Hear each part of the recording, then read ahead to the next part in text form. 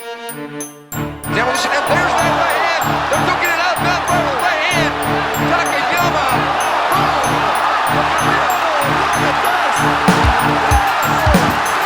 Green trunks for the southpaw, the notorious Conor McGregor. Black trunks for the champion, Jose Aldo Jr. Conor relaxed, smiling. Oh! Nate Diaz, you just shook up the world. How's that feel? Hey, I'm not surprised.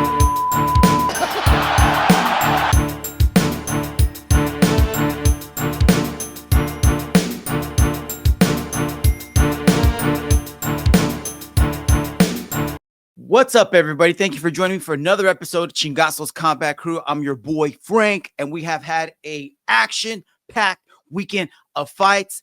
Let's just get into it, man. I'm sorry about last week, everybody. I was feeling a little under the weather, but I'm back, and I'm supercharged. Let's talk Chingasos. All right, just like I said, we have had an action-packed weekend of fights. It all kicked off on Friday when we had a 50-year-old fighting a 28-year-old in a boxing match on Netflix for the first time ever. So that was actually kind of cool. We got, as long as you have a subscription to Netflix, you're able to watch the fight for free. Unfortunately, it was a total fucking barn burner trash of a fight. Before it even started, though, I, for once in my life, completely agree with Sean Strickland. Check this tweet out he dropped earlier in the week. You're fighting a 6-year-old. Are you a fucking idiot? This should be illegal. The man had a medical emergency a month before this because he's too effing old. You effing clown. And that's exactly what they should have done. They should have canceled this fight because this was exactly what you thought it would have been. Yeah, Mike Tyson was a lion, a killer back in the day, but he's now 58 years old. And that's exactly how he looked in the ring. It was an awful fight. It was 8 rounds of garbage. I got the punch fight stats on the screen. If you're listening, thank you so much. But if you want to see the stats, head over to our YouTube page at Chingasos Crew. So over the duration of 8 rounds, Mike Tyson was able to land a total of 18 punches, while Jake landed 78. Now, I'm not giving anybody any kudos or credit in this fight because everybody looked like trash. So I do not want to see J.Paul fighting again in a boxing ring unless it's someone his own age, his own weight. In boxing, Tyson has no business in the ring against a 20 whatever year old. Let's just move on from this. And I don't know if you guys heard this, but after the fight, JP got on the Twitters and started calling out Conor for an no weight limit MMA match. Bro, get your head out of your butt. Nobody wants to see mismatched fights anymore, man. What is wrong with this guy? What the fuck? He's an idiot, bro. He's an idiot. All right. Let's switch gears here and let's talk about last week. Or actually, they even had somebody fighting this week. I'm talking about the MMA Fight Nerds team. Let's check out this awesome edit that I found for you guys. I cut the sound out because that's how we get YouTube strikes. But check this out. It goes so hard. This is not only Caio Barrario highlight reel. This is a whole MMA Nerds team highlight reel displaying the whole squad. It's Mauricio Rufy right there who just fought this past weekend. Man, this whole team, though, goes so good. They are so good. So as you guys already know, last week, Carlos Prates fought. I got a clip from that if you missed it. So let's get to it, man. But this was an awesome clip that I just wanted to share with you guys. All right. Something that's not so awesome. You guys already know UFC's heading down in Australia, early Q1 for UFC 312. And looks like Sean Strickland may not be making the trip down. So, hey, Sean, don't threaten me with a good time.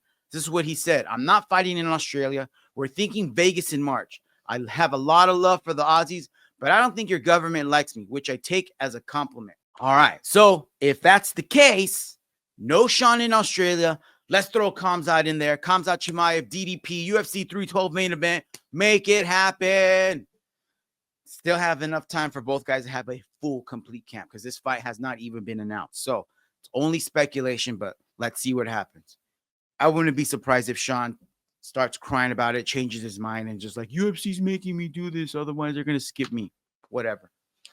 Let's talk about fights coming up, bros. Let's go. This was officially announced a couple of weeks ago. I know I'm on the late train. I missed last week's show. So sorry, but a happy belated Veterans Day to everybody out there. And also, big shout out. Today is Cousin Ant's birthday. So if you know that man, give him a big shout out. Tell him happy birthday. Also, cuz, thank you for your services, my man. Let's get back to Chingasos here. UFC 311 coming to Cali, out to the West Coast. Main event, Armando Tsarukyan going to be taking on the legend, the number one pound for pound undisputed fighter in the UFC, Islam Makhachev. This is the second time they're going around to make this fight happen. If you guys remember, this was actually Armando Tsarukyan's first fight in the UFC. And I want to say that Islam came into that fight a little under the weather. So that may have been the reason why it was such a good fight. I don't know, but we're going to find out. We're going to settle the dust, settle the score, and they're running it back. And I cannot wait to see this. If you have not seen their first fight, hey, do yourselves a favor. Go watch it. I think it's free on YouTube, by the way. All right. Let's talk about our boy, Max Holloway. I'm coming out of my depression after his first loss, actually, or his most recent loss to Ilia Topuria, where he finally got finished. But let's keep this moving. Let's keep this positive, right? So on the screen right now, I have the top 6 in the lightweight division. So Max already said he's done with featherweight. He's moving up to light heavyweight or to lightweight. And what about some possible matchups for him? Dan Hooker, Max Holloway, BMF? That would be fun. I know Max or Dustin Poirier's eyeballing a rematch between them, running it back for the BMF. That'll be fun. But in the meantime, if that doesn't happen, Dan Hooker versus Max Holloway would be a banger of a fight, as well as a fight versus Michael Chandler, possibly even. You know what I mean? I know Chandler called him out and said, let's do a BMF.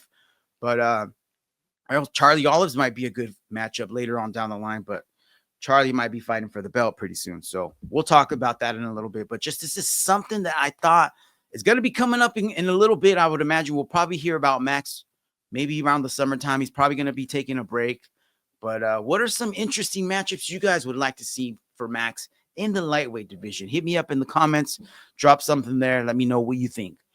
I'm really liking the Dan Hooker versus Max Holloway, though. That's a dangerous fight, yet it's a super winnable fight to get him back in the win column and move him up in the rankings.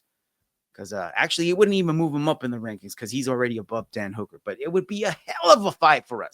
All right, let's talk about fight announcements that got announced this past week. We've had some players, some fighters moved out, some new fighters moved in.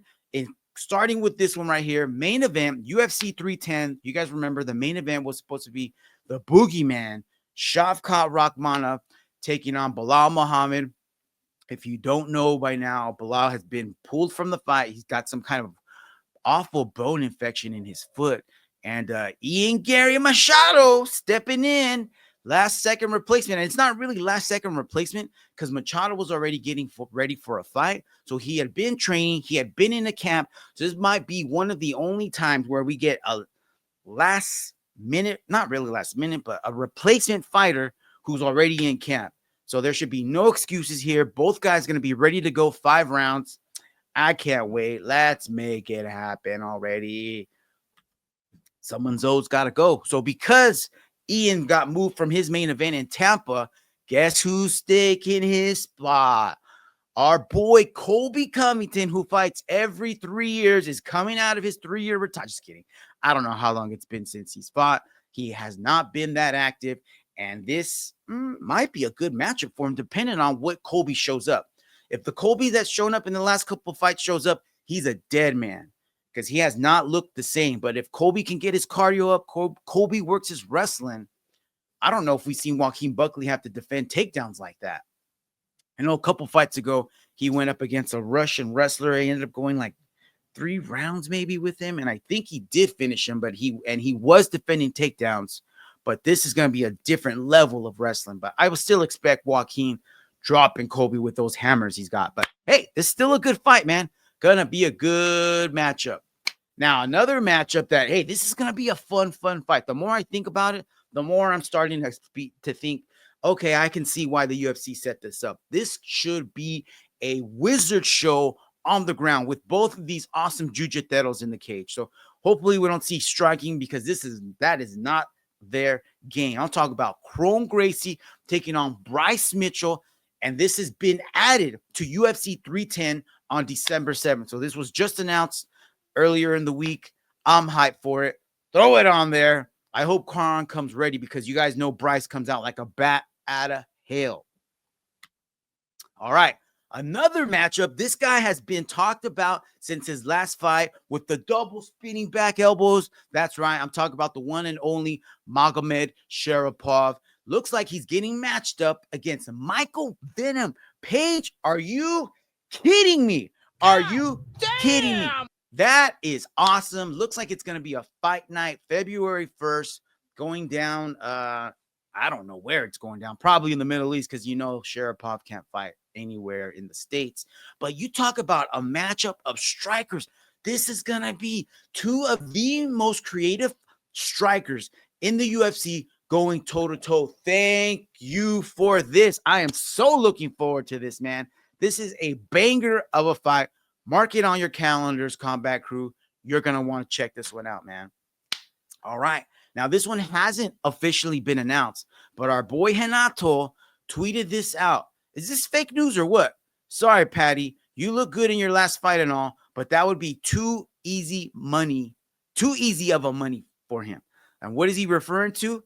Well, Ruben Carter tweeted out earlier in the week that, or actually this was a couple weeks ago, I'm sorry, Paddy Pimblett versus Renato Moicano targeted for the UK card in March or April. So they don't even have an official date yet, much less fights announced. But this is what the UFC is eyeballing, and I am here for it. This would be a tremendous step up in competition for Paddy. And honestly, from the fights that Renato has had in the last year or two, this is easy money for him. I would have to agree with him. I think this is going to be where the curtains finally get pulled on the Pimblett show, and he's going to get exposed. I mean, yeah, he did beat a ranked fighter in his last fight, but it's not a very impressive fighter, right? Bobby the King Green, little old in age, a lot of damage, but this goes down, man.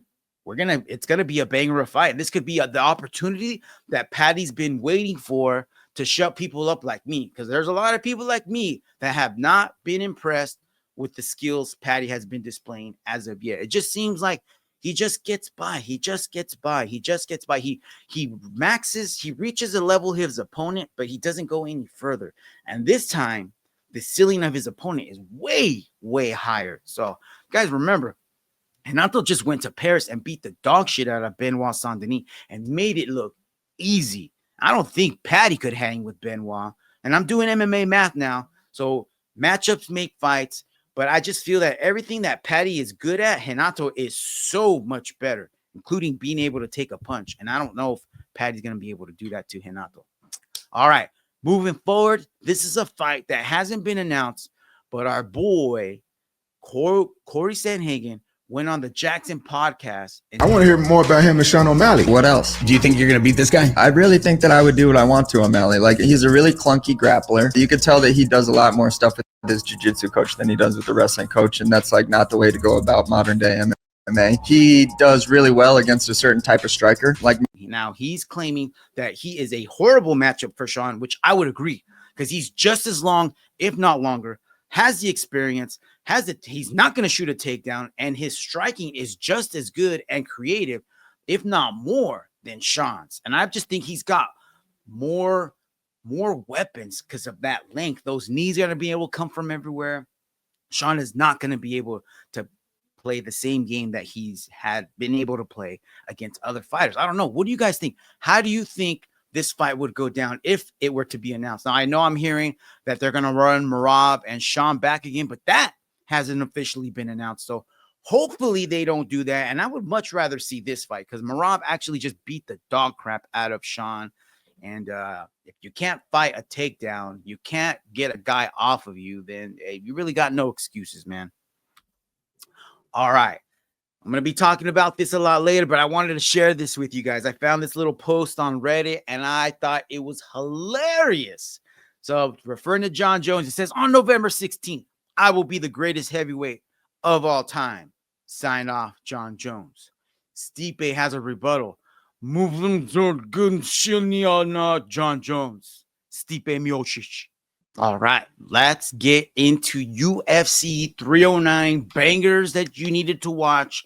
This was the main fight on the prelims. Hopefully you went out and watched it. If not, go get yourselves a UFC Fight Pass and you can watch it, or an ESPN Plus subscription. Jonathan Martinez, Marcus McGee, banger of a fight. Two up-and-coming bantamweight fighters. If you're not on the Marcus McGee train, jump on, guys. Also, follow him on YouTube, Munchies with Marcus. You're going to like his style. He's got one of the sickest YouTube intros ever. But Marcus ends up getting the unanimous decision win. A lot of back and forth. Jonathan Martinez throwing them nasty leg kicks that gave Marcus a problem, but Marcus was able to solve it. It was a very close fight. Wasn't sure if he was going to be able to pull it out, but he did in the end. Main card bangers you needed to watch. Bo Nickel, Paul Craig, garbage. Was not impressed at all. Mauricio Rufy versus James Longtop. What the heck? That was like batting practice for Mauricio. At another win for the MMA fight nerds. But Mauricio scores, I think it was a unanimous decision because he was just beating the crap out of James. Sorry, Jaime. Main card bangers you needed to watch. Charlie Olives taking on Michael Chandler. I'm going to get into this one in a bit. And obviously, the worst main event pay-per-view in the history. Can you name a worse event than Jon Jones versus Stipe Miocic? Let's get to the results here. All right. But before we do, I want to talk about last week's UFC Fight Night because there was two fights that have just been living rent-free in my head since last week. So let's go over them. Talk about the Magny Prates UFC Fight Night from November 9th. This fight that was on the prelims, Mansour Abdul Malik versus Dusko Todorovic, was an ass whooping. I was like, what the hell? Somebody came to fight with the machine gun and somebody came to fight with a BB gun. This was exactly how it went. This was round one. Our boy Abdul Malik was dropping hammers. And at one point, Todorovic's forehead looked like it was caving in. I mean, look at that. He's got, can you see it right there? It's like a big old nasty indentation. And then Abdul with the knees. And I cannot believe that the ref let this go on. I mean, Todorovic was defending himself, but he was taking so much damage here, man. Look at this. Hammer fist. Bombs. Bro, all right. All right. That is enough. Remember the name. Let's see what happens next time, man. Mansour Abdul Malik is a menace. And, of course, the main event, our boy Carlos Prates taking on the gatekeeper of the UFC, Neo Magny, and he made quick, short. All right, so here we are, Magny Prates round one. As you guys already know, Magny has been the gatekeeper of the UFC. He did restart. As you guys already know, Neil Magny has been the gatekeeper of the UFC for quite a while. He sent back Mike Mallet, however you pronounce the guy's name, in his last fight. He was an up-and-comer the UFC thought was going to be one of their new stars. Magny shut the door on him, but Carlos Prates, not that type of fighter, man. He is a different type of dude, and he was giving Prates a little bit of trouble early on in round one, at least kind of stalling, giving Prates some trouble, but by the end of round one, look at what Prates was doing here. He didn't give a rip. He's like, I got to go smoke a cigarette. Chasing, stalking Magny down, throwing hands, and then it doesn't even look like he landed a clean shot. In the replay, you can see it a little bit better, but right here, he throws a left hand, right there was the left hand that drops Magny, and it wasn't even a full flush shot. It just grazed the top of his head near the temple area and dropped him immediately. And look at Magny's out like a bag of potatoes, bro. Let's see what happens next with Prates, man. He's got to move up. I don't know who is in the rankings above him. I'm sorry I don't have that at the moment, but man, I would love to see him fight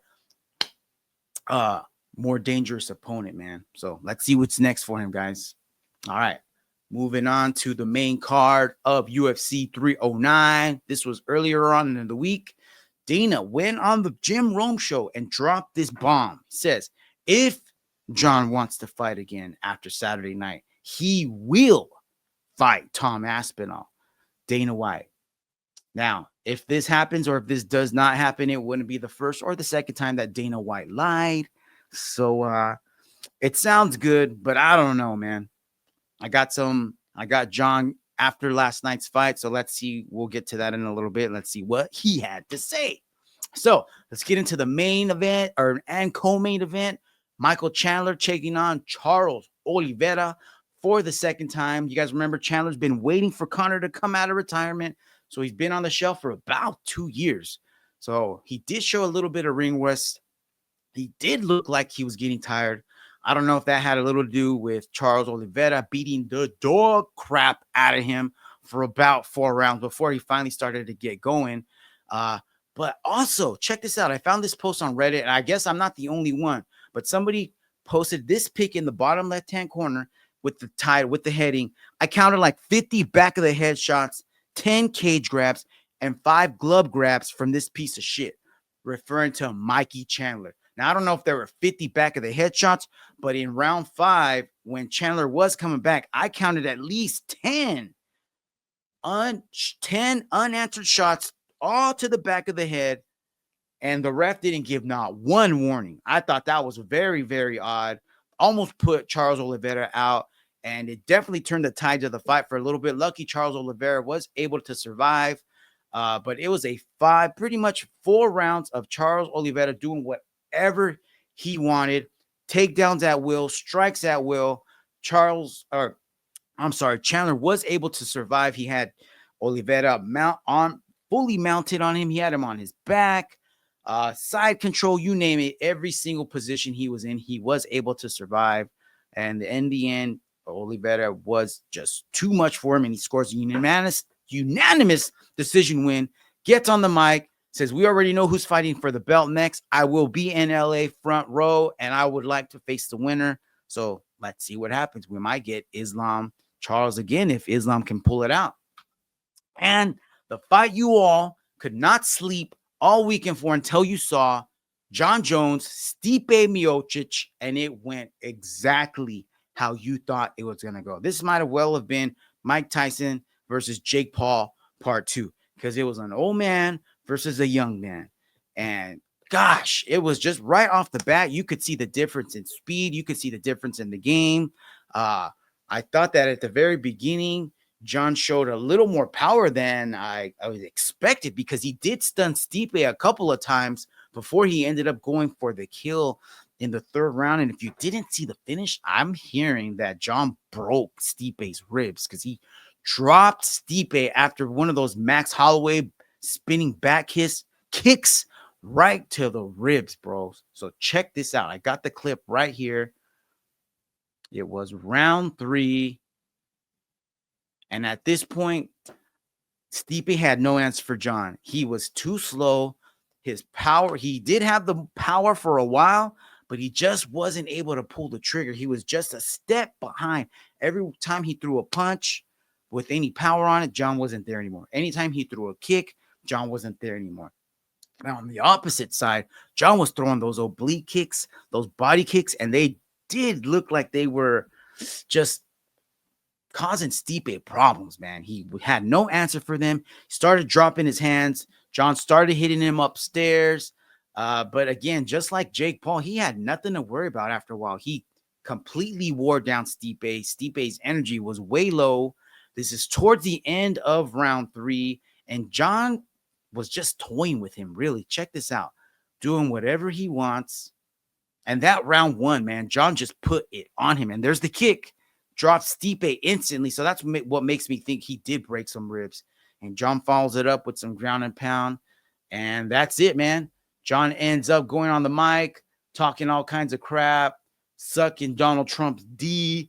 And in the post-fight press conference, goes on to say this. And then Dana was in here, and you said if you want to, if the Tom fight, you want to be well compensated. Dana said his quote was, "He will be, but he knows you're going to disappear. He probably won't hear from you. We won't hear from you. And then when you want to talk, you'll Facts, quote emerge and talk with Dana and Hunter." So I guess what is your plan moving forward for the next few weeks? I'm not really worried about the Tom fight. I'm really worried about the Pereira fight. That's what I want to do. That's what I want to do, and I think. I'm not really worried about the Tom fight. I'm really worried about the Pereira fight. That's what I want to do. That's what I want to do. And I think if the UFC wants to have me back, then I think that's the fight they'll make. I've been really clear about my intentions. I'm scared of Tom. I don't want to lose my undefeated record. I don't want to look like a fool. We get it, bro. We get it. Just say that. Stop making stories up about, I'm here for money fights. You're going to get paid, bro. You're going to get paid.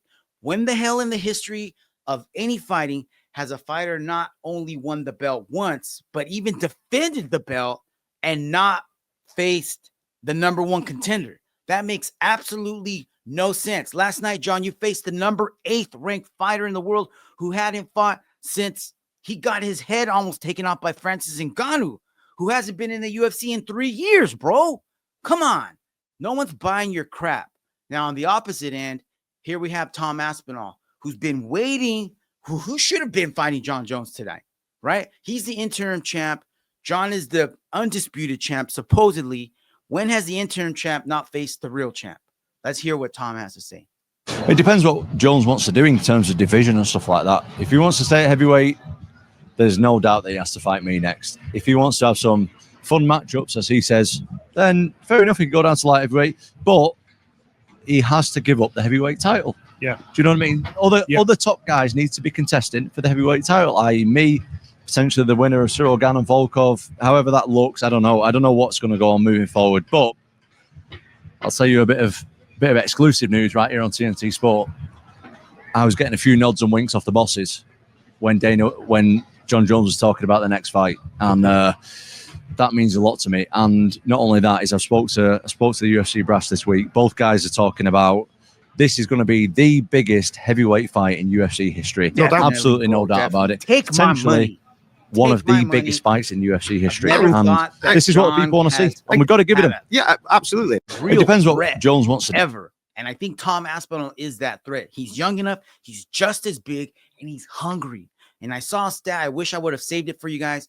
But at this age, Tom has done more at the heavyweight division than Jon did before he fought for the title. So I think Tom had like 5 finishes in his first 5 fights before he fought for the title, whereas Jon had maybe like 2 or something like that. But so I just don't see why. I mean, I can see why Jon doesn't want to give the opportunity to Tom, but hopefully the UFC brass push the chips in Jon's face and they make it very hard for him to decline this fight. Please don't let this be another Jon versus Francis situation where one of these guys rides off into the sunset. We need answers. And just the fact that Jon is avoiding this, dude, you got 2 wins now in the heavyweight division. That's not even close to GOAT talk, bro. You're on your way, but you're not the GOAT anymore.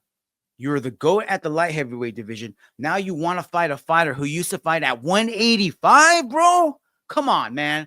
That's a crock of shit if I've ever heard it before, man. I'm done with this, Jon. You ain't the champ, bro. Let's talk about quarter 1, guys. Got me so upset there. Actually, yeah. Quarter 1, UFC 2025, hot off the press here. January 11th, UFC Fight Night. January 18th, UFC 311 in LA. February, check that out. We get 1, 2, 3 fight nights and the UFC 312 pay-per-view in Australia, February 8th. And then in March, not only do we get 1 UFC fight night, we get 2, 3, 4 UFC fight nights and a pay-per-view. March is going to be jam-packed, gente. So be prepared because you know we will be. All right, man, that is a wrap. That's all I got for you. Thank you so much for tuning in. I will be back here next week. Let's see how these chips fall. Let's see if Jon keeps on ducking Tommy. And let's see who Carlos Prates gets next. Onwards to the next UFC. Until next time, Chingasos crew, I'm out of here. Have a fantastic week. Peace.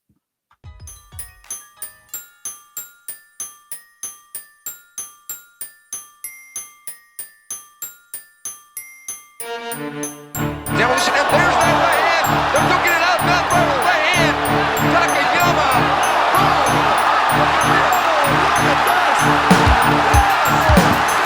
Green trunks for the southpaw, the notorious Conor McGregor.